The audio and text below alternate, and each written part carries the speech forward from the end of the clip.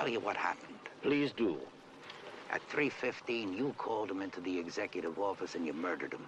He was dead before you left the legation. At 5 minutes to 4, you staged this phony telephone conversation with this Habib guy, and that provided you with an alibi. You're a zealous man, Lieutenant, but you seem to be ignoring the reality of the situation. You haven't a single shred of evidence against me.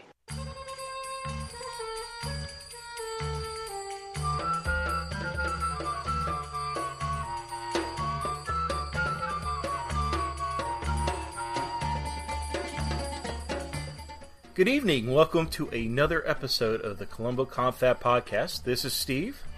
And this is Sean. Oh, well, hello there, Sean. Steve, you did the intro very professionally. I did? Well, thank pleased. you. That was I was crossing my fingers. That was as solid and crisp as the murderer in today's episode that we're discussing.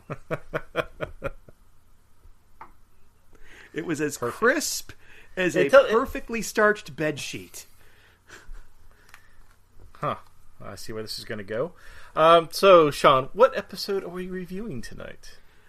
We are talking about A Case of Immunity, featuring Hector Elizondo as our murderer. Yes, it's Hassan Saleh. Yes. I did a little research here for the program. Really? Wow. Yes, I know. Brace yourselves. This was an episode out of... this is the only Columbo episode that I know of that had some controversy about it, believe it or not, when it was released. Really? It was it was targeted by the Arab Anti-Defamation Discrimination League. I think I may be getting the name of the organization wrong. I may have to, write that down next time. But they did not like this. They did not like the idea of, number one, having an Arab murderer. Number two, trying to promote the idea that people from other nations should be more American than traditional of whatever nation they are, because that's kind of an issue in this episode, because our murderer is a hard traditionalist, and the king, the cool guy, is more into American. Yeah, he's very progressive. Yeah. Even though he dressed up as a military leader, which was interesting. Yeah. So it's and I'm going to be honest. When it begins, the first time I saw this, I actually the first minute or so that we see of it, I was like, wait, is this Columbo? Am I watching something else? Yeah, this feels very tonally. We'll get into this a little bit more, but right from the very get-go, this feels more like a political thriller than a traditional Columbo. Yes, I agree with you on that. And it's very off-putting at first. So this is starring Hector Elizondo. Do you know him from anything? I know I've seen him in films. I just can't think of what it is though. What has he been in? He has been in a ton of stuff, Mm-hmm. but I think that his most popular role is that of the nice concierge in Pretty Woman. He's the one that helps Julia Roberts out. Hell, I don't remember that movie. Okay. I think I saw it one time. And I had to look up I had to look up his nationality because last week we did A Matter of Honor, and I read on IMDb that Ricardo Montalban was the only person of color to play a Columbo murderer. And so I had to look up to see what nationality. Well, he's American. Hector Elizondo is American. Yeah, but he looks Latino to me. He's not? He is half Puerto Rican and half Basque. And, with a name like Elizondo right there, that, So I guess that IMDb trivia was right. But it's interesting that we've got two episodes in a row, one with The Matter of Honor, Case of Immunity, and they both are those rare breed of Columbo episodes starring foreign murderers. Very suspicious that we're doing that. Yeah, it's totally. I think the episode wheel is racist. Well, we already did a Dagger of the Mind, in which Lieutenant Columbo was in England. So those were foreign murderers right there. But they, They were not on American soil. Well, neither was a Matter of Honor. But anyway. Well, also I'd like to point out that there's another famous actor in this. Sal Mineo is in this. He plays Rahman Habib. Mm-hmm. I don't know if you recognize Sal from anything. I think his most famous role, and the one that I recognize him from, it's Rebel Without a Cause. I'm not sure if you're familiar with that film. I know the movie. It's got James Dean in it, right? And I have never seen it. Yeah, so that's probably his most famous role. Great film. If you've never seen it, I honestly don't know if it'd be something you would enjoy, but it's one of my favorite films. Probably really? my top 15, I would say, maybe top 20 favorite films of all time. Sure. But yeah, so Sal played a character named Plato in that. But interesting fact. Well, actually, maybe it's not a surprising fact, but interesting fact was that Sal died like literally months after this episode aired. Yes. It was a murder. He was stabbed to death in the parking lot, I think of his apartment, if I remember correctly. But yeah, I think this aired in November of 75, and his murder was in February of 76. So I don't know if this was the last thing he ever acted in or had some kind of involvement in, but most likely it probably is, being so close. It's listed as his third last thing on IMDb, the other two being TV shows. I can't remember which, but it's possible that this was the last thing he filmed. And you know what? One thing I know about Rebel Without a Cause is that when they wrote it, I'm sorry, I don't know who wrote it, but he was supposed to be gay in that movie. And that was a subtext in that movie that some people picked up and others didn't. And but I've never seen the movie. I would kind of agree with that, but it would be very subtle. There were some hints here and there, but no serious outliers or lines that were said or anything like that. But I think I can't remember if he was gay, the actor himself, he was gay or heterosexual, but I think there were rumors that he was, if I remember correctly. So. Okay. Interesting stuff. But yeah, so everybody's dead except for Hector. I think Hector's still alive, isn't he? Yeah, he is one of the few Columbo murderers from the 70s that is still alive. One of the few male Columbo murderers. Yes. Yeah. The males go first. But he'll be one of our guests, I guess, when we do our Columbo convention. Yeah, which means he's going to die soon. He's going to die soon, since we mentioned it. Oh, I hope not. That's horrible. No, wait, Steve, there is one more famous person in this that you may not know about. He's not listed in IMDb, but he's there if you look very, very closely. And I finally spotted I know. him. I did see mention of this somewhere. Jeff Goldblum, right? Yep. He's one of the protester students, yeah. One of the college kids, yeah. I looked, too, and man, I finally, I was like, okay, he's hiding behind a sign or something like that, but there's actually a scene where you see his face. It was pretty cool. Yeah. So, oh wow, see, we're having a great time here talking about Columbo. Yay, surprisingly, yes. What could possibly go wrong? Well, I'll be honest.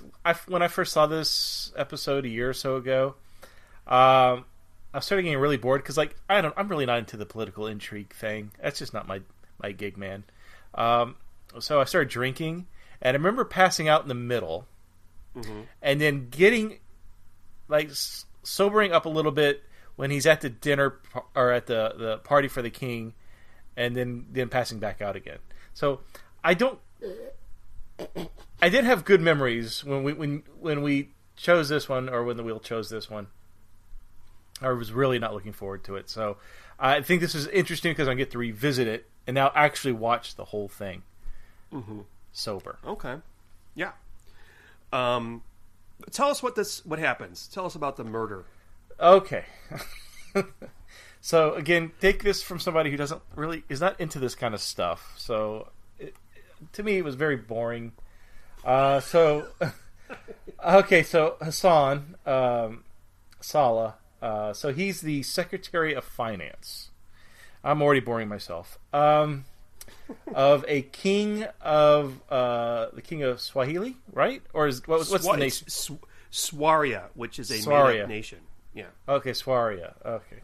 Why did I think Sahil? Anyways, so he is determined. I'm not even really sure why they kill the poor man, but okay, they're going to set up that these documents are destroyed. Maybe he's trying to launder money. Anyways, so he's wanting to kill the chief security officer, but he wants to kill Alpha. Alpha is the security chief of the legation, which is this compound / mansion where they all reside in the U.S. It's kind of like it's kind of like an embassy, but it's called a legation. The only reason that I know it's called the legation, we have one in Austin. It's called the French legation. Mm-hmm. So I guess technically, when you walk through the doors, you are technically on Swarian grounds rather than United States ground. Oh, yeah, I'm getting bored talking about this already. So, yeah, Aleph, he kills. Oh, well, okay, yeah. So wait, no, he takes some documents out of his safe. We're not really sure what they are. He then burns them in the middle of the office floor. Catches a shoe on fire. That's so engaging. I'm watching this. And of course, who's helping him is Rahman Habib. Rahman Habib. Right. And so he's a code clerk. He's a very good man. I don't even know what a code clerk is. Neither do I. I don't know what the fuck that is. Does he break codes? I mean, what I don't get it. But anyways, okay, so they then plant plastic explosives around the safe that's behind a painting, and they trigger it to go off at 4:00. They then destroy the office, make it look like it's been rummaged through, as if someone was looking for something. And then they call the security chief. He comes out to the office, says, what's going on? He sees the mess. He takes a look at the safe, and at that moment, that's when Hassan nails him in the back of his head with a tire iron. Right. And he's dead. There is one other... I'm so bored just by... There's one other thing that I didn't catch this, and I didn't know about it until they talked about it. But there's $600,000 in the safe that they take as well, and that is basically the motive for the murder. It's not. So he's robbing money from the king. Exactly. That's his motive. It's like not politically. Security guy. Jeez. Exactly. It's all set up so he can get the $600,000, and he wants to make it look like that Youssef was killed by, I think I'm butchering his name, but he wants to make it look like it's done by one of the student protesters. Right. Outside. You're right. Yeah, and he even gets Rahman to dress up like a college student, which he looked pretty hip, by the way. I like that jacket. Yeah. It was pretty cool. Yeah. And so Hassan has an alibi, or he sets up an alibi, because next he's got to go to the LAPD to a meeting where they're going to talk about security for the upcoming visit for the king. And while he's in that meeting, Rahman is going to call him, and he's going to pretend to be the dead man. And so it will look as if he was killed while Hassan was with all the people at the police department, including Columbo. Right. So now he has an alibi in front of all these police officers. What better way, right? So thankfully, Columbo stumbles into the room. He's 10 minutes late. He's very klutzy. So one of the captains say, "What are you doing here?" And he goes, "Oh, I don't know. I was summoned here to be in this meeting." And they realize, oh, it wasn't Lieutenant Columbo. They were calling for Captain Colimo? Yeah, something like that. What's that? Like that. I'm like, yeah, that happens a lot in Columbo. There's there's a Colimo around. Like, what kind of name is that? That's what I was wondering. Oh, we were looking for Captain Colimo. Just stay here. It's already too late. Right. And of course, Columbo's trying to get a seat because it's a full office. And he sits next to Hassan, and he steps on his robe, which rips it. Which, okay, kind of funny. It's kind of, Columbo's stumbling around. He's trying to get comfortable, and but this is a running gag, by the way, in this episode of Columbo, which is actually pretty funny. But yeah, so Columbo is now, since he's in the meeting, he's now become part of the STF. Wow, STF. Is it the Surin Task Force or whatever the name of that country is? Swarian Task Force. Swarian Task Force. Thank you. I'm going to mispronounce that. I don't. It's not even a real place, really. Okay. Yeah. But anyway, so we go back. We see Rockman. He's running towards the car.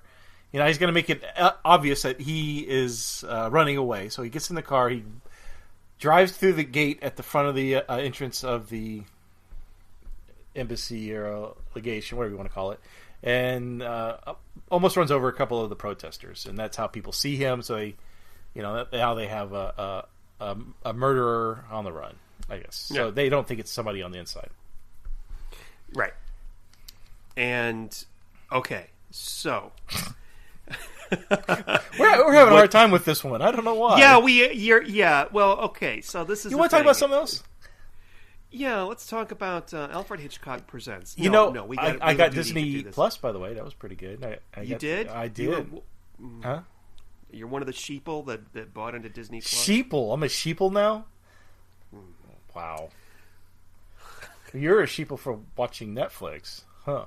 I canceled my Netflix subscription so I could watch Shudder and and other things. We still have, what is it that we watch now? I don't remember. Whatever. Shudder and No one cares. So it just so happens, Columbo, we see him trying to purchase something from a broken vending machine, and his boss says, "Columbo, we're going to need you at the legation anyway. There's been a robbery and a murder." A murder? Murder. Okay. And did you notice he was...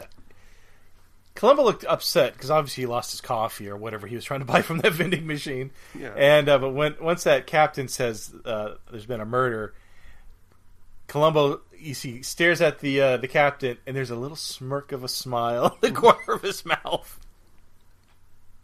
Like, thank God I don't have to be on the security team. There's been a murder. Oh, I thought he was just happy someone died. I don't know. So he goes to the... He's got to go. I got to go through my roundhouse of stories about my wife and cousins and nephews. Come up with some new material. He's like a comedian. He's a stage comedian, right? He has to come up with new material all the time. Sorry. So he goes to the scene of the crime, and again, I mention this every time we see this. I love the scenes where Columbo goes to the scene of the crime, and you see him walking around but not looking at anything. And Steve, I'll be so proud of you if you spotted something familiar about this scene. I'll be so proud of you for once. When he actually goes inside, or is this in the exterior? When he's inside at the crime scene. Oh, Did you see anything familiar? Okay, are we talking about the downstairs lobby, or are we talking about in the office itself? In the office. In the office. Okay, I'm trying to narrow down. Huh. No, I don't. No, I didn't recognize anything from that scene. What's going on? You missed the Mike Lally cameo. Mike Lally playing a crime scene photograph. Now, I thought you were talking about a painting or, I don't know, some kind of prop that was reused. Okay. Yeah, well, I guess Mike is a kind of a prop of the show, so yeah. Yeah, that's true. He is like the biggest prop they have. That's true. No, there wasn't a Mrs. Melville painting on the wall. There wasn't a whatever. Okay, so I like this because you see him walking around the crime scene. He's looking at the burn stuff on the ground. He's looking at this. He's got clues. He's looking at clues. And then he goes to the dead man's office, which is downstairs, I think. Right. And he meets one of the secretaries. And, Xena, the warrior princess. Yeah, that's right. That's her name. Yeah, that's the actress's name. And she's... Well, it's the character's name. I don't think it was the actress. But, boy, she was good looking. Yeah. Oh, the character's name was Xena? Yeah. There's an actress in the credits named Xena. So maybe they just used her name. Like, I don't know, some rando character. Just use your name. Well, they don't. I don't think they call her by name. No, they do. They do. Well, she's really nice, and Columbo notices there's a. It's not really like a mug. It's like a beer stein full of coffee. It is a beer stein. That's what I thought at first. So Columbo, one of the clues he notices is that there's coffee in the stein-looking cup.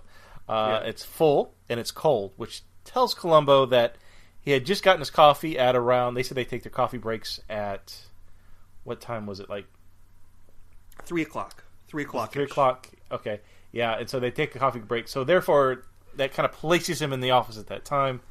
And whatever happened, something important must have called on him. And so Columbo starts working from that time frame. But the reason he was in the security chief's office was because he was looking for the gun, or the key to the gun room that the security guards use.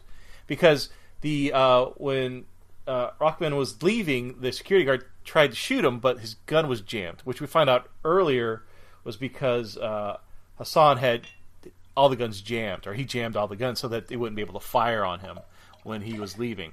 So that to Columbo thought was very strange that the gun happened to jam during that time. So he was trying to see. Yeah, it's so far it's not Columbo knows it's Hassan almost immediately, and I think it's the coffee that does it because there's a couple things. Yeah. Okay. Yeah. First of all, so you think at this point Columbo already suspects? I mean, I know he probably already suspects him, but when do you think he really felt that was his primary suspect? Hassan was. It was the coffee. You can see it in his mind after he realizes the coffee's stone cold. You can see that he's calculating something. It's a clue. And he knows that both the victim and Hassan are the only ones that have the keys to the gun locker or the gun room, and they are the only ones that know the combination to the safe. Right. And if the victim, Yusef Alafa, got his coffee around 3 o'clock, and he was supposed to have called Hassan at the police station at 4:05, that means that Yusef Alafa basically got his coffee and just let it sit and didn't drink any, which seems improbable. And even though the safe was exploded, it's obvious that the murderer took the papers out of the safe first, burned them, and then set off the explosives because some plaster from the ceiling fell onto the burnt documents. Yeah, so I've got a question about that. Would anybody really have noticed that? I almost feel like the plaster... And we really don't get to see the ceiling in this room because it's on the stage, so there is no ceiling. But I would assume it's kind of that popcorn white stuff that's in most buildings at the time. Or something like that. So it would have been a white powder. So would you have been able to distinguish ceiling or powder from the ceiling as opposed to burnt ash? Yes, because one's black and one's white. No, ash is white and gray. No? You're right. I just don't know if you would be able to distinguish that. I don't know. I had a problem with that clue. So. But I still think it's a good. I still think it's a good clue. I mean, let's just pretend, for the sake of argument, that the ceiling was painted purple, and we had purple specks among the ashes. It's still a good clue. I mean, it wouldn't have been painted purple, but I don't know. No, maybe definitely not purple. Executed in real life, it wouldn't make sense. But I don't know. For establishing what happened first, I think it's a good clue. And I also want to talk again more about Alafa. Yusef Alafa? Yes. You should just call him falafel. No. So apparently when Xena was talking about him, she said he was... there was a joke or something on the stein, the coffee stein, if that's a thing. It said he had an earthy humor. What do you think that meant? I've never heard that before in my life. Neither have I. Does that mean he was telling crude racial jokes, which is what I'm assuming at this point? I don't know. And she took one of his crude jokes and made this coffee stein for him and put the crude joke on there. I've never heard that term before. It's earthy humor. It does not bear repeating, Lieutenant. So the next scene is... this scene even made me nervous. Was when Columbo goes into like this antique room where all these valuables are, and I'm amazed that Columbo didn't accidentally break something, because he's done that in yeah. the past, So he's looking. Yeah, go ahead. I was waiting for Mrs. Peck to come out and yell at him. So he's looking at some kind of vase, and he's like, "Oh, we got one of these at home. My wife bought it at the farmer's market." What's so insulting? I mean, because I'm sure the vase is like $50,000 or something crazy like that, And Hassan goes, "Well, Columbo, it's 3rd century." And Columbo says something like, "Oh, well, I guess ours must be a duplicate then." But what's funny is that joke comes back again later on. But it's funny, there's all these priceless artifacts, and he's picking up all of them. You can see, like, Hassan is like, "Okay, don't touch that. Okay, do not touch anything." Did you see the one where Columbo? It's like a box, like a jewelry box, and Hassan picks up and puts it on the other side of the table, away from Columbo. Yes, and of course, that's when Columbo says, "I've got some problems with the murder," and Hassan says, "Okay, well, let's go talk somewhere more private. Let's go out in the garden." And as he moves away, you hear a ripping sound because Columbo had apparently put his foot on his robe again. So it didn't work the second time. I didn't like that joke the second time. You didn't like it? It's done before. Wasn't it done in Old Fashioned Murder where he steps on the lady's gown and rips it? That sounds familiar. I think maybe? it was. Yeah. Oh, so he basically tells Hassan, and this is filmed outdoors in the garden. He's like, "Well, I think that he was killed by somebody else. I think, or not somebody else. I'm sorry. I think that he was killed by someone he knew. Right. Somebody with, yeah.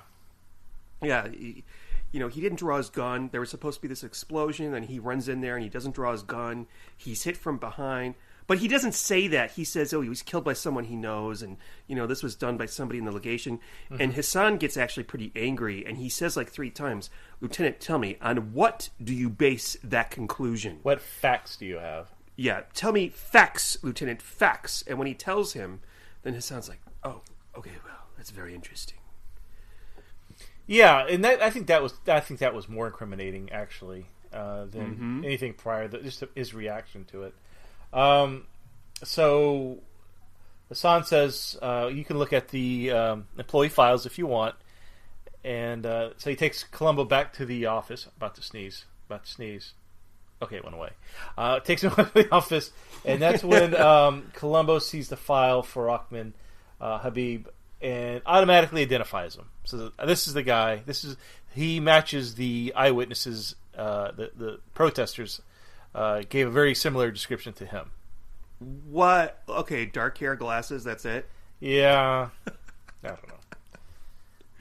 But yeah. So apparently, also Rahman went on vacation to New York, which they call the hotel. What was the Kimberly Park Hotel? Oh, nice. Yeah. Is that a real hotel? Do you know? I don't know. I kind of doubt it. Anyway, so apparently Rahman never checked in, so he's not even there. So I think Columbo automatically knows he needs to zero in on this guy. Yes, and he does so. Yeah. Unfortunately, Hassan has other plans. Right. So yeah, I think basically I never understand any of these people who kind of who cooperate with the killer, with the crime or with the murder itself. They always end up dying. I mean, every time. They're always the very next victim. There's only been one exception to that rule, and that was Dagger of the Mind, where it was a married couple. But poor Rahman is blinded by, I don't know, devotion to his country. And, he seems more like that. Yeah, and Hassan basically is like, the people will yell your names in the streets, praising you to Allah, and giving him all this. People are going to celebrate you for what you've done for your country and your king, which is all bullshit. But yeah. So he poor Rahman, he knocks him out with a flashlight. He loves hitting people in the back of the head. He's really good at that. Yeah, he's very good at it. He's really good at it, but he doesn't kill him. Yeah. So he tells Rahman that the cops are onto him. He's got to leave. He gives him $10,000 Gives him a new passport, tickets, everything he needs to get out of the country. And then as he leans over, that's when Hassan like nails him in the back with the flashlight. And then as Hassan's about to, throw his car over the cliff, he realizes, oh. And he looks at his driver's license, and he realizes Rahman has to wear glasses to drive. Right, I love that because he knows Columbo was because the very previous conversation, Columbo says, about the plaster on the ash. Like, I'm sure he's thinking, I would have never thought of that. And so now he's second guessing himself, and he's trying to guess what Columbo's going to pay attention to, because now he knows Columbo is very, detail oriented. Yes. So he's like, aha, Columbo almost got me, but nope. I remember he wears glasses. And so he pulls the glasses out of his jacket and sticks them on his face, and then sends the car over the edge. Right. But no. So we see Peter Falk. Come on, Columbo at the coroner's office, and he's looking through Rahman's belongings. And can I make an observation? Sure. About the coroner's office. So, did the doctor on duty, did he remind you of anybody? Mm-hmm. Sorry, I had wine in my mouth. Yeah. He did. Was he in another episode? I don't know if I'm not talking about the same actor, but he reminded me of another actor. He looked like a normal-sized Peter Dinklage. Peter Dinklage. Oh, is it Dinklage? Okay. He looked like a normal-sized guy. I'm sure that Peter Dinklage would say, I am normal-sized, but it's okay. If you watch that scene again, tell me that I'm not wrong. I think that you are correct, yes. Yes. You are correct, sir, yes. He's got the same forehead, the same beard, hairstyle, everything. He's just 5'9". And Columbo's like, "What's going on here?" And he's like, "I just got here myself. I don't know." Like, I just think the LAPD sometimes is just filled with impatient idiots. The way they act sometimes. In other episodes, you're like, "What's this mark right here?" I don't know. And they all hate Columbo. I mean, that's why the guy's never got a promotion ever. Yeah, he's got to go to Mexico to go to work with somebody that respects him. Right. It's like, except for Sergeant Wilson. Sergeant Wilson, worships the ground that he walks on. So Columbo's going through Rahman's effects, and he says something like, "What is this? Is this broken glass?" But we don't know. We don't see what it is.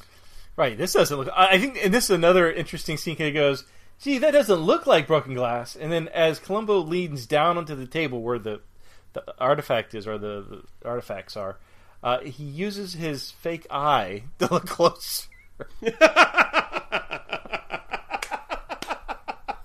I didn't even notice that. Right. That's funny. Mm-hmm. That's really funny.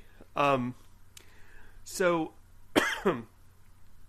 this is when he goes back to the legation and he talks to Hassan again and explains that Rahman was murdered, because Hassan's whole plan is that they're going to blame Yusef's murder on Rahman, and then that'll be it. No, Rahman was murdered. What do you mean, Lieutenant? Well, how could he be murdered? I don't understand what you mean. And he pulls out contact lenses. He was wearing contact lenses, but he was wearing his glasses, which, if anybody there wears, you can't do. I know myself. You're blind. And inwardly, Hassan thinks, but we do not see, oh, fucking shit. I tried to make it perfect, and I fucked it up even more. Oh, Nancy, hold me. So, yeah. Is that your Ronald Reagan impersonation? No, it was supposed to be a Hassan impersonation, but it just came out as Ronald Reagan. But Nancy. Holy shit. Okay. Now Columbo goes, I guess he decides he wants to talk to the protesters, because they want to see if what they know, or if they have seen anything. And during this time, we we see where Columbo gets. I guess he's talking to some guy, and he pulls out his egg sandwich or something to eat, and he gives Columbo his sign to carry. And what does he say to the protester? He's like, "Oh, is this your first time?" And he goes, "Yeah." The protester asks Columbo if he's ever done something like this, where they walk around with the signs, and he says, "No, I've never done this before. It's my first time, and I'm also the fuzz or something." Yeah, he says, he's like trying to he's trying to use their lingo, like a young hippie. I don't know what he's trying to do, but yeah, because he blends in well. I mean, he could be Swarian. He's got those dark, features that look like he has, like a, hair on his buns.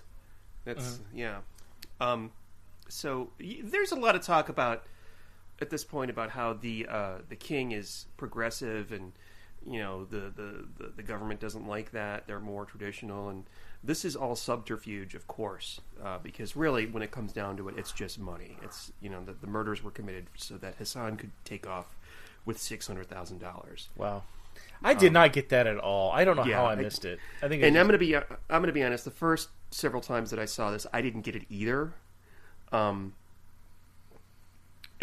when you think about it, killing Yusuf Alaf, who's just chief of security at the legation, and blaming it on Rahman politically, that's not going to do very much. That's not going to create political turmoil. If he had maybe I didn't know if that's what he was trying to do initially, was just trying to rile up some people that think that the king there was an assassination attempt or something. I don't know what I was thinking. I was going to say, if he wanted to, if it was truly political, he may have maybe feigned an assassination attempt on the king or something, or something to that effect, or tried to frame the king. But no, it was all about $600,000, which in American current, I don't know how much that is now, but it's got to be over $1 million. And I don't know what he planned to do with it once he went back to Swaria. Assuming he did go back to Swaria, I don't know, but it's still a lot of money, enough to. Did you, by the way, I'm looking at this right now, watch it. Did you notice that Columbo had paint stains on the collar of his raincoat? No, I didn't notice that. There's white paint stains on the collar of his raincoat. Oh. It's probably makeup, which probably. probably wouldn't have shown up in a small 1975 television set. No, I didn't notice that at all. Yeah. So the king finally arrives to America, and during the introductions, I guess everybody's lining up, and Columbo, I guess. Well, we should also mention that Hassan has forbidden Columbo to return. So now Columbo, because I think now, like you said before, where he's like, "Oh shit, Nancy," or whatever you did in your Ronald Reagan voice, that he now knows that Columbo's onto him, and he's prime suspect. So he forbids Columbo from stepping back inside, and he like something to the effect of, this is our the property is our land, and you're not allowed. You'll be trespassing. But anyway, so Columbo's trying to find a way back in. So he gets his cousin's waiter outfit. Is that what it was? The tux he was wearing? I don't know. I was making notes and listening, but he said, "Oh yeah, I don't know if the pants are supposed to have stripes." He's talking to that pretty lady, Zena, and the shoes, and he's talking about clothes, blah blah blah blah, and she's actually being really nice to him. I didn't. I'm sorry, I wasn't paying attention to that part. I was making notes. I don't remember if it was his cousin's outfit. You know what? He has. Wait, I think I'm mixing scenes up here. There's an introduction, and then there's the party. Where it's at the introduction. That's right. Is that the scene where he goes into the kitchen? Yes. So he doesn't show up in the tux until later on. That's right. Which, by the way, there's two scenes mixed up in my head. Yeah. It's a reception, I think, for the king. That's right. And he meets the king, and he goes into the kitchen, and Zena is very nice enough to get him some. Oh, she says it's from the king, something from the bakery around the corner, and then he does something so rude. There's a pot of like beef stew on the stove, and he's like, "Oh, is that beef? Ooh, I gotta try some of that." And he picks up the spoon that's in the pot, and he goes to taste it. Yes. Like that... Dude. And, of course, all the security jump on him. And did you notice, the last episode we did, A Matter of Honor, and I was perturbed by the subtitles of the episode. When someone would speak Spanish, it would go, speaking Spanish language, or something like that. Yeah. They did that in this episode as well, except speaking in Arabic. I'm like, okay. Really? I just don't feel like it would have been that hard to translate for us. I know it would have been very minor, like, stop, no, don't eat that, or something. But no, there's just speaking Arab. Well, maybe Arabic. Okay, all right. I don't know. It was more like that. That's my Arabic. That's horrible.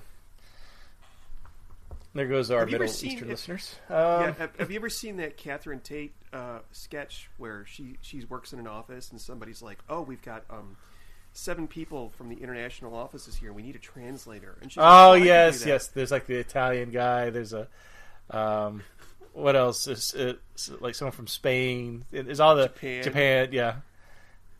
And for the Italian guy, she translates like, "Hey, yeah," and of course in Japanese, she's like, wah, wah, wah, wah, wah, wah. It's like all this offensive shit. Yeah, I basically love offensive useless shit. chatter. Okay, so Columbo goes back to LAPD and he's in trouble. Yeah. So he's I guess Hassan has barked up the right tree and now has gotten Columbo, I guess, in trouble with the State Department. Yes. Wait. I'm sorry. Before you get into that, I have a question for you. What's up? The guy who plays the captain in this scene, mm-hmm. okay, his name is Bill Zuckert, or maybe it's Zuckert, okay? Uh-huh. And I looked him up on IMDb, and on IMDb there is a picture of him. His main profile picture is he's dressed as a policeman with his hands up. And he looks very much like one of the cops from the original, the Batman TV series from the 60s. And I've seen him before, and I can't figure out where the fuck that picture is from, but I don't see that he was in Batman. Do you know what I'm talking about? Just making sure. Oh, you think he looks like Chief O'Brien from the 66 episode, or 66 series? With, yes! what was that? Who was the actor who played Batman? That was... Adam West. Adam West, thank you. But it's not... the picture looks like that, but I'm looking at his credits, and I don't see Batman anywhere on here. I can't figure out... that's not the same guy. Okay. I'm looking at the photo right now. I see what you're saying. It does look... Even the set looks like it's something from Batman from 66. It does. But I know I've seen him in something before, and I'm looking at his credits, and the only thing that I could have seen him from... In the Naked Gun, it just says he played an old man. His top credit is in Ace Ventura. He played Mr. Finkel. I don't know what the fuck that is. I don't remember. He was in the... What was that one? In the Heat of the Night?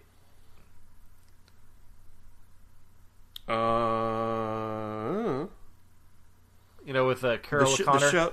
The show or the movie? The show. The show. Police show. I never saw it. Oh, he played a judge. Oh, he was in Critters 3. Yeah, I don't know where I saw him before, but okay, I'm sorry. That has nothing to do with anything.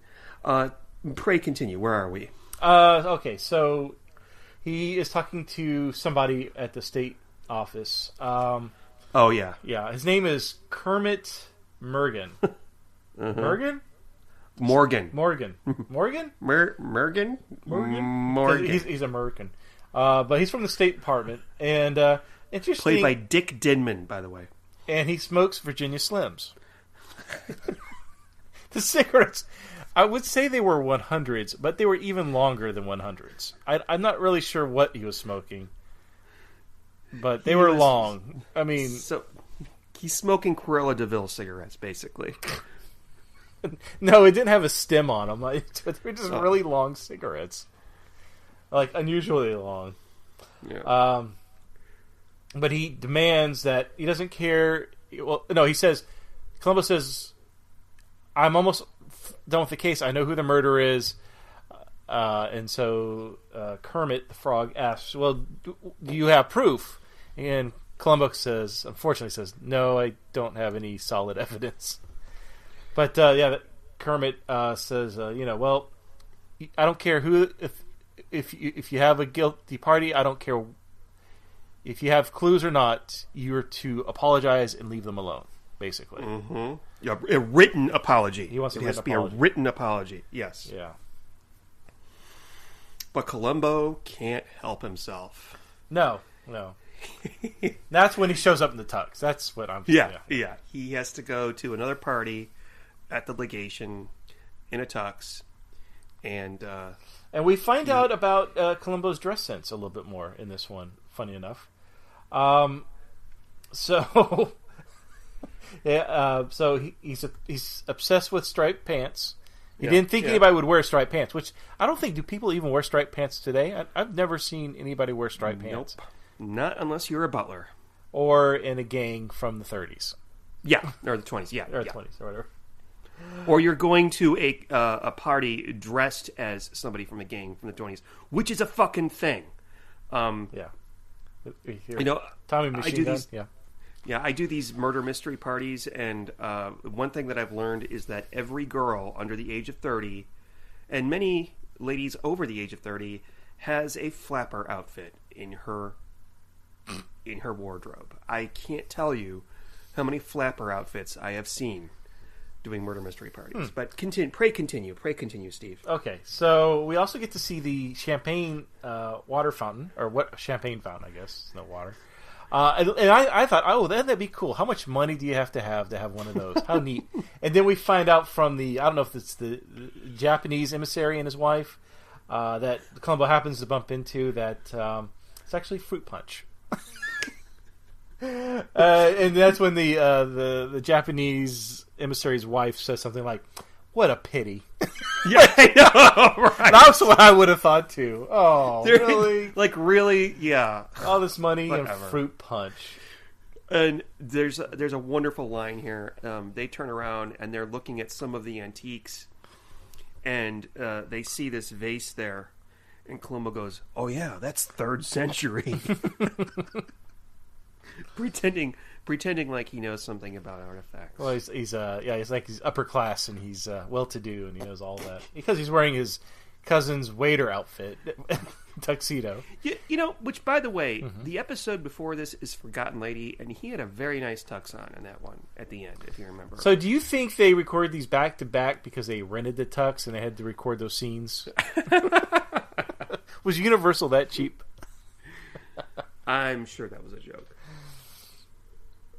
What, from me? Mm-hmm. I'm sure Universal's not that cheap. Well, considering they just now paid like a month or so ago, or a couple months ago, the original writing team, finally what they were due. How old's this show? God. It is 44 years old. This particular episode is 44 years old. You said November? Well, this was November '75 when it was broadcast. But according to it was October 12th, 1975, Mr. Steve. I protest. Mm-hmm. So this was the second episode that was aired after I was born. Really? Yeah. Did you see it?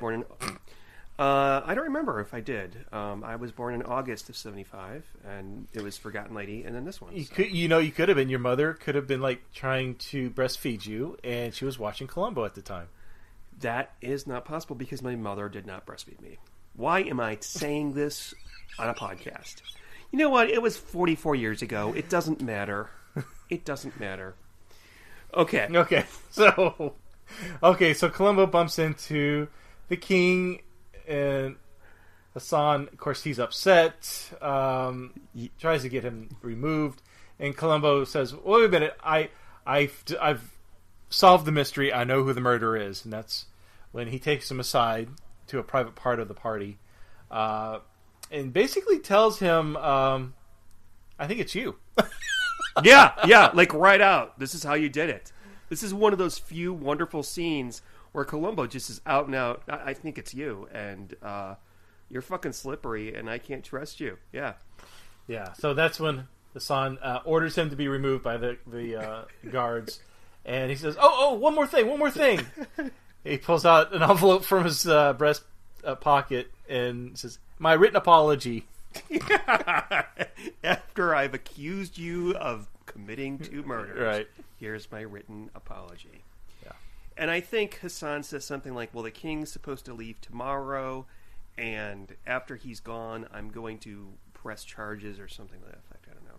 He's gonna have his job. Yeah, so as you do when you're a Columbo murderer. It's so funny because that happens all the time. But all that will ever do is really kind of push Columbo that he's on track. He's on the right trail. However, this is the first episode in this situation that I can remember where Columbo actually looks like he's worried about losing his job. Which, I mean, in reality, he probably would have been in a scenario like this. There'd be no way he could have. I mean, because of his diplomatic immunity. I mean, there's just no way. I think it could be argued that this, aside from the episode in which the police commissioner was the murderer, this is probably the most powerful person that Columbo has ever been up against. When you think about it. What about the guy who was like the spy? It was played by Patrick McGowan. McGowan, yeah. Which by the way, this has something in common. The music that they play at the party is the same music that they play in the belly dancer bar in Identity Crisis. Universal only had so many soundtracks that they could pull from. Look it up under E for ethnic. We need some ethnic music. Yeah, it's under the E's. God. Really wouldn't surprise me. Yeah. So anyways, the king is getting ready to leave. He goes on his private jet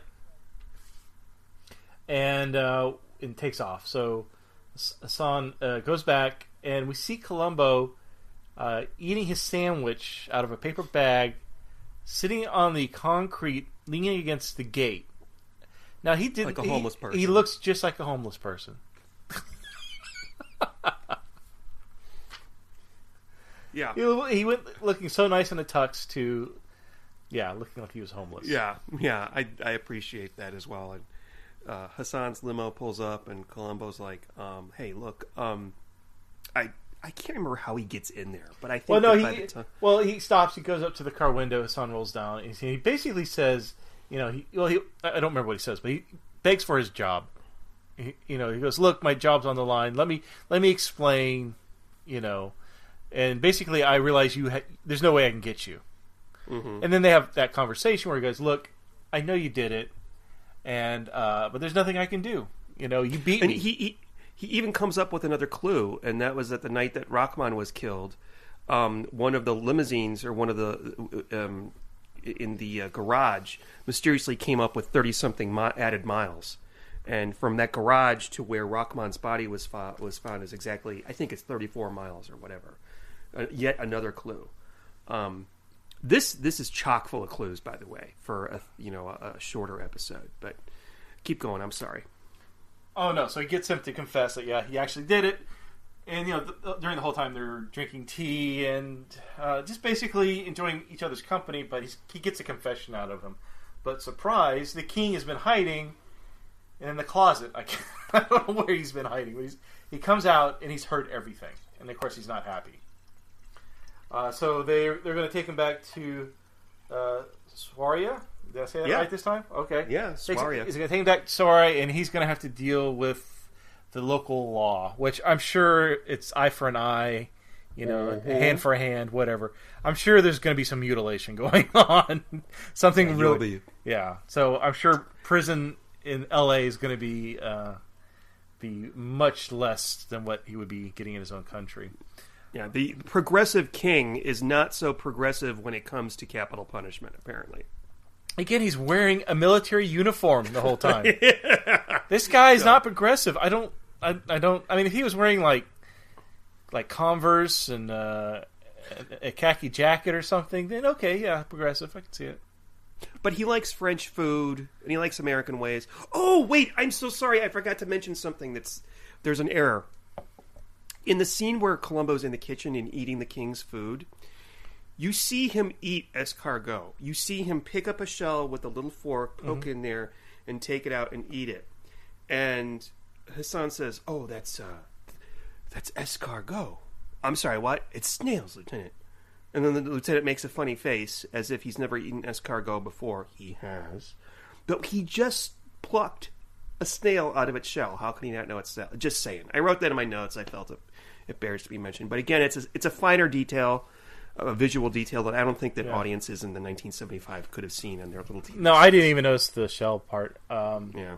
It's the first what other episode has Columbo eaten escargot? The chess one, The Most Dangerous Match, and I believe he also eats it in Murder Under Glass, which was one of the few that we have not touched on yet. Is that the one that's one of the later, one of the 90s ones? No, Murder Under Glass is the one with the poison wine. All right, no, that's correct. Yeah, no, the one I'm thinking of, he goes to an airport and he talks with a doctor. Rest in peace, Mrs. Columbo. Was it Rest in Peace, Mrs. Columbo? Sure was. Yeah. But yeah, he meets with Roscoe Lee Brown, who orders escargot, and Columbo orders a BLT. Oh, he doesn't have any of the escargot. Yeah. Okay, I was thinking he did. He goes a lot from being like a gourmand to, somebody who just eats chili and crackers a lot. Like, it's never really clear what his gourmet tastes are, That wasn't in the writer's Bible, if you will.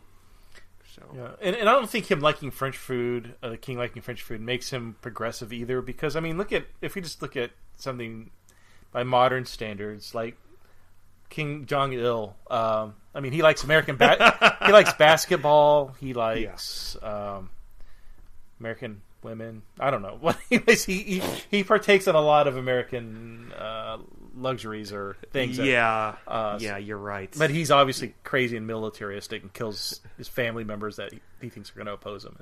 And he has his uncle stabbed in the airport with poison? No, something? Was it his uncle or his brother that these girls blew a powder in his face and it was some kind of poison? Yeah. Was it in the mall or an airport? Was that an airport? And the girls thought it was a practical joke. They didn't know it was actually poison they were blowing, or something like that. Was something really? Crazy. Yeah, I thought they were downright assassins. I thought it was. Huh. It's kind of a cool way to kill somebody personally, but whatever. Yeah, so what happens next? So Hassan basically just has to confess to Columbo and sign 3 confessions that he did it, and then rather than face Saurian justice. Did he say something like, you just need to sign this confession and these other 2? Yeah. And so... And this duplicate and the carbon copy is yours. So when you... I don't know if you remember this 90s episode, but it was Strange Bedfellows with George Wendt. It's the exact same ending, where he gets George Wendt to confess, but George Wendt, he's going to be taken away by the mob for killing a mobster, and so instead George Wendt confesses to Columbo that he committed the crime, and he's going to go to jail instead of having to face mafia justice. It's the exact But same the mafia ending. have people in the criminal, in the jail cells. I don't... Yeah. He's going to get it anyways, but maybe a little more protection. Right. I'm not sure. Yeah, you're right. If the mob wants to kill you, they can kill you in jail. Oh, definitely. Okay, so is there anything that we missed that we should bring up before we? No, I think we covered. I think we covered the entire episode. We'll review somehow. it after these messages. After these messages, we'll be right back.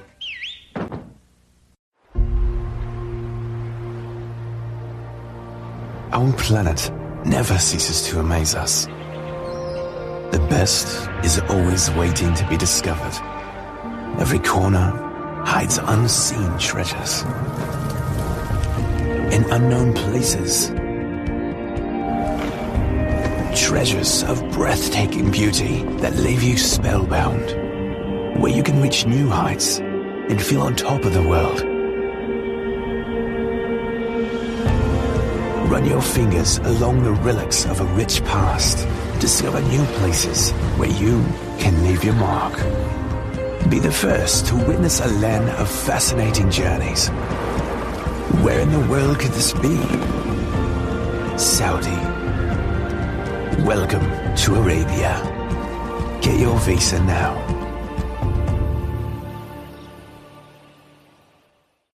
Okay, and we're back. And now, Steve. Yes. I forgot to look for numbers. It's the Okay. umpteenth time that I Yes. forgot to do it. There was one that made me chuckle out loud when I heard it. It was in the scene at the party. And Columbo's dressed up in his tuxedo, and he's talking to Xena, and he's going on about the striped pants, and he goes on about his shoes, and he says, well, I just got these new shoes. They cost me $16.95. Oh, okay. I thought that was great. So that's what I'm basing our review number off of. So, Sean, out of $16.95, how do you rate tonight's episode, A Case of Immunity? I went first last time, so you go ahead and go first this time. Okay. The beginning, absolutely bore fest. I'm sorry. You could tell by how we described it. Oh yeah, I'm reading it. I'm reading my notes line by line. That's not good. If I can't riff on something, I have no interest. I don't know. Yeah, the espionage. I thought it was espionage until tonight of us talking, and so I learned something that's more about a robbery. I did like the scenes with Columbo and Hassan Saleh, where, Saleh was starting to second guess himself, with the glasses. I liked that. I liked that Columbo was getting under his skin, making him second guess himself. Mm-hmm. And it was funny because when Columbo tells him about, why would he wear glasses? Because he has contacts. And Saleh says something like, I didn't know he wore contacts. He's so incriminating. Yeah. I don't know. It was just... there were a few funny lines here and there. But it's sad when you're looking for something, and what makes it funny is the scene where the wife of the Japanese emissary makes a joke about the fruit punch. I don't know. I enjoyed it more the second time, obviously, because I was passed out drunk the first. Out of $16.95, I'm going to give it $3.27. Oh, that's bad. Oh, I never want to see this again. Really? Yeah. Oh my God. Okay, so I am actually... Can I go now? Yes. I actually kind of enjoy this. Oh, you're underselling me. Look at you. This whole time I thought you weren't going to like it. I don't like the ending. I don't like the way that he caught him. I thought I really felt like the king was out of... I'm sorry. Go ahead. Go. It was like almost like a cheat. Like, I don't know if he has diplomatic immunity, why doesn't he have the same attitude towards Columbo that he does at the end, where he's just like, oh sure, tell me anything, I'll be happy to help you. It's like once the king leaves, then his attitude is completely different. Mm-hmm. Okay, maybe is it because he is afraid that the king will overhear him acting like this? I don't think maybe. So. It doesn't. I don't know. I'm gonna have something good to say about this because I'm gonna rate it $11.86. Okay.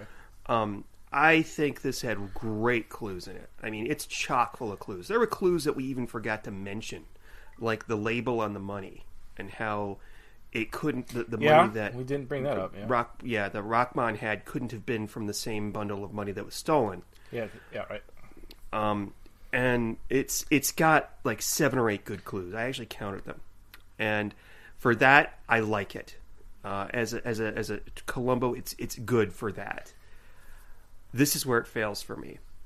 First of all, it's the tone in the beginning, as you said. Second of all, it's the end.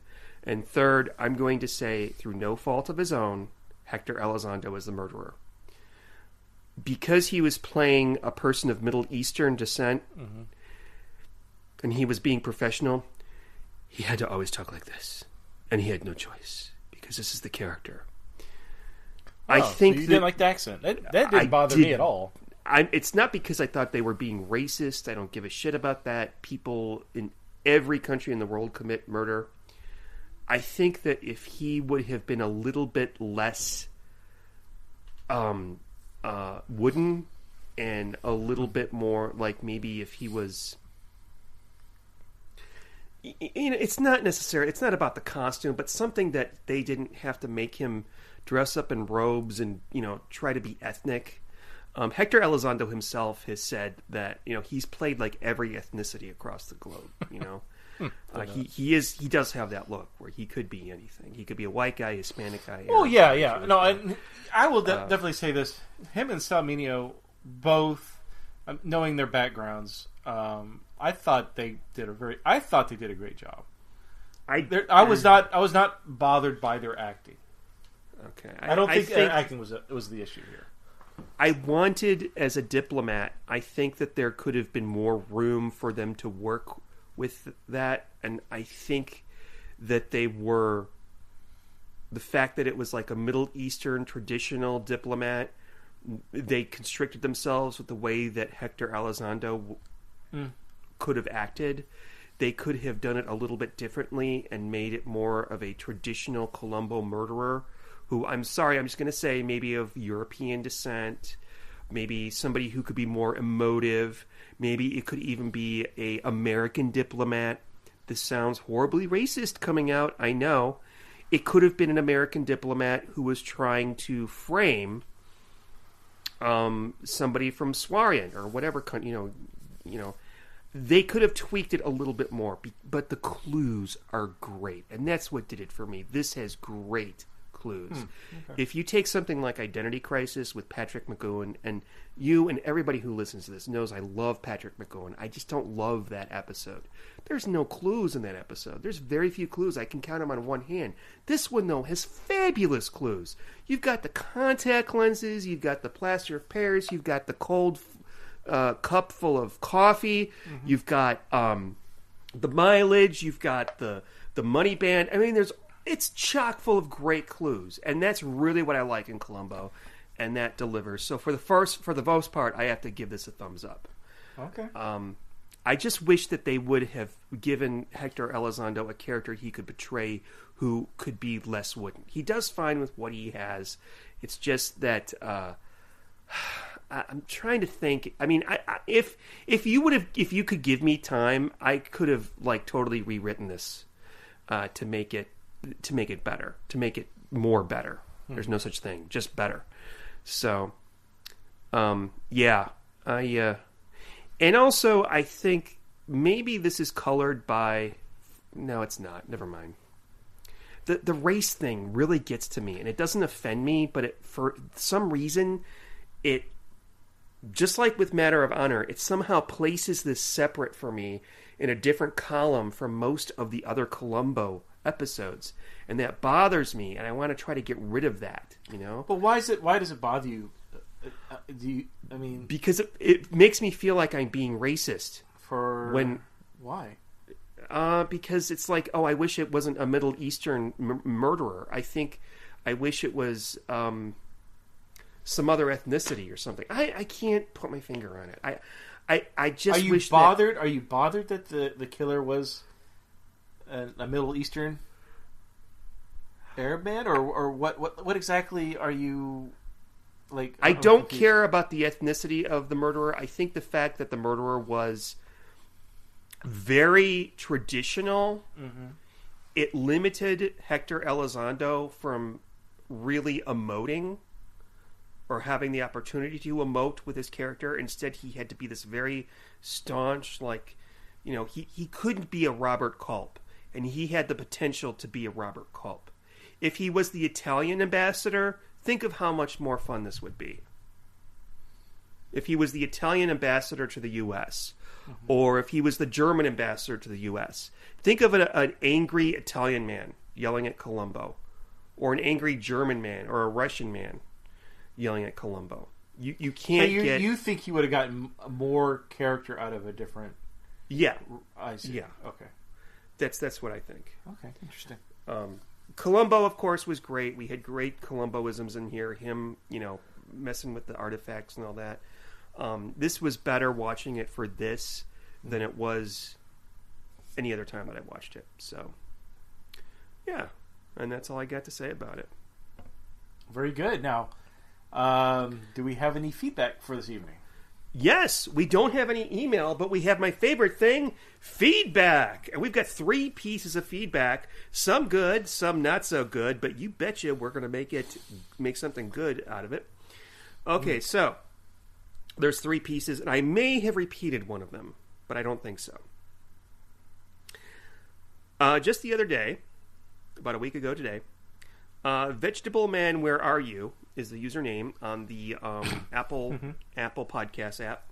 Left us a review. This show is unlistenable. And he said, great topic, but each episode could be 30 compelling minutes if not for the inside jokes and useless banter between Not Steve and Not Sean. Amateur at best. This podcast is basically a phone conversation between 2 friends. Okay, let me respond to this. Oh, and that was with a 3-star review, so apparently it is a little listenable. Vegetable Man, Where Are You? You seem to have missed the point. This is supposed to be like a conversation between 2 friends. I'm going to have to say that most of the podcasts that I listen to sound like a conversation between 2 friends. Am I correct in thinking so? Yeah, I mean, there's definitely different styles of podcasts. We're not. We're definitely not the most professional. No, but you're not going to get that from us. So. Yeah, you're not. This isn't This American Fucking Life, okay? So just. That sounds like a fun podcast. It's This American Fucking Life. That's great. I love it. Oh, yeah. Yeah, I mean, come on. It's a different viewpoint about a show that you like. If you want like some professional Columbo podcast, listen to the Columbo podcast, the first one. They're very professional and very good, and they're sometimes affable, which you may not enjoy because they're friends. But okay. The next review was written by somebody. The username is Crumpled Brown Bag. And they say, funny and spot on. As a lifelong Columbophile, I enjoy this podcast. The guys really balance comedy with plot dissection and even a bit of legal analysis. Really? Do we? Hey, we didn't have any legal analysis for this one. He's going to go to jail. That's all. Yeah, that's true. Well, yeah, he's definitely going to jail. Yeah, and I was definitely thinking that, like, there's no way this he's getting off. But at the end, you're like, oh, yeah. He signed a confession. That's pretty much the end of it right there. And that was the smart decision, too. But anyways, go on. And our reviewer, Crumpled Brown Bag, continues, I have enjoyed catching up and look forward to the next one. One more thing. It's a crumpled brown bag full of fun. I like that. Eggs. That's very good. This next one I don't really understand. This was just left a couple days ago by Diamond Bed 86. And I think I know who this is. I'm not sure if this is the lady who gave a shout out to. Oh, by the way, I'm gonna put this aside. I want to say a big shout out to Edward. I'm just gonna say Edward on YouTube, who has been watching, I quote unquote, watching our podcast on YouTube. Which, for those of you who think that's interesting, it's just a picture of our logo with the podcast playing. He's been commenting a lot on the episodes. Edward, shout out, thumbs up. Thank you for that.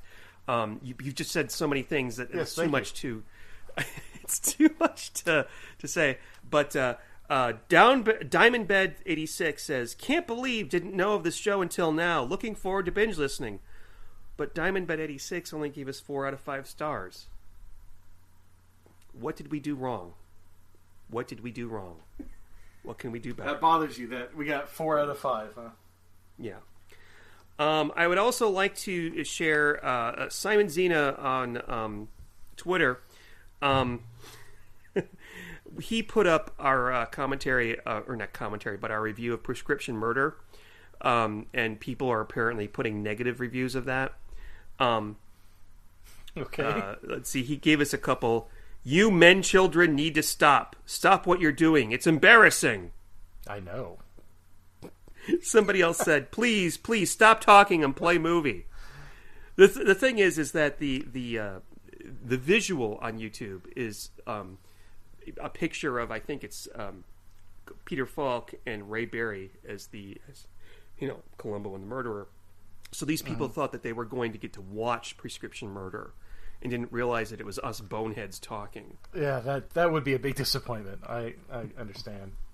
But I've had 99% positive comments on the stuff that I post on YouTube, which posts automatically as soon as the podcast episode posts. So, yeah, interesting.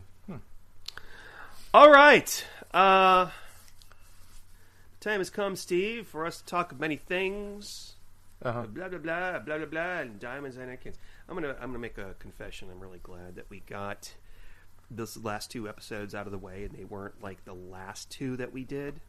That would be depressing. Yeah, there's one left that I'm not looking forward to, but I'm not going to say what it is. But go ahead, Steve. There's only 7 left. Spin the wheel.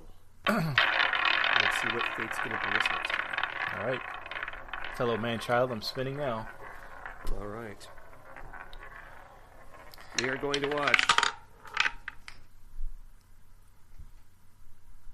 How to Dial a Murder, starring Nicol Williamson as a murderous psychologist who uses his 2 Doberman pinschers to kill his best friend. Oh, wow. That's another I've seen that one. You watched the beginning at my house, and then we stopped watching it. Oh, okay. Yeah, I don't think I've seen it all the way through. So, in a way, this will be like a first episode for me. I love those. Yeah, there you go. There you go. We still haven't gotten to the first one. The first one that I made you watch, or your birthday episode. Yeah, right. But okay.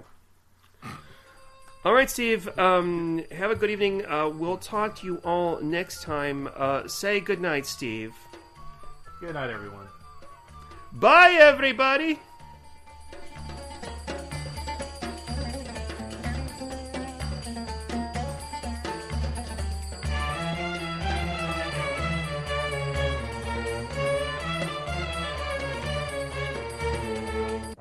Thank you for listening to the Columbo Confab podcast.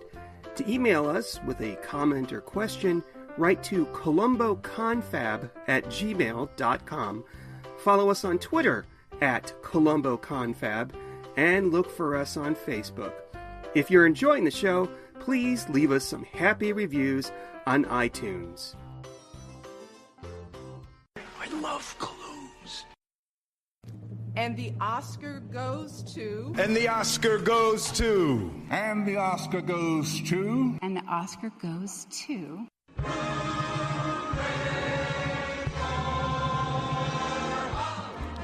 Hi, my name is Sean, and I am the co-host of the Best Picture podcast. Each season, my co-host Eric and I randomly select a year and talk about the Best Picture nominees of that year, with each episode dedicated to a different movie. Did the Best Picture really win? Were there any overlooked movies? Was anything nominated that probably shouldn't have been? Listen to us and find out.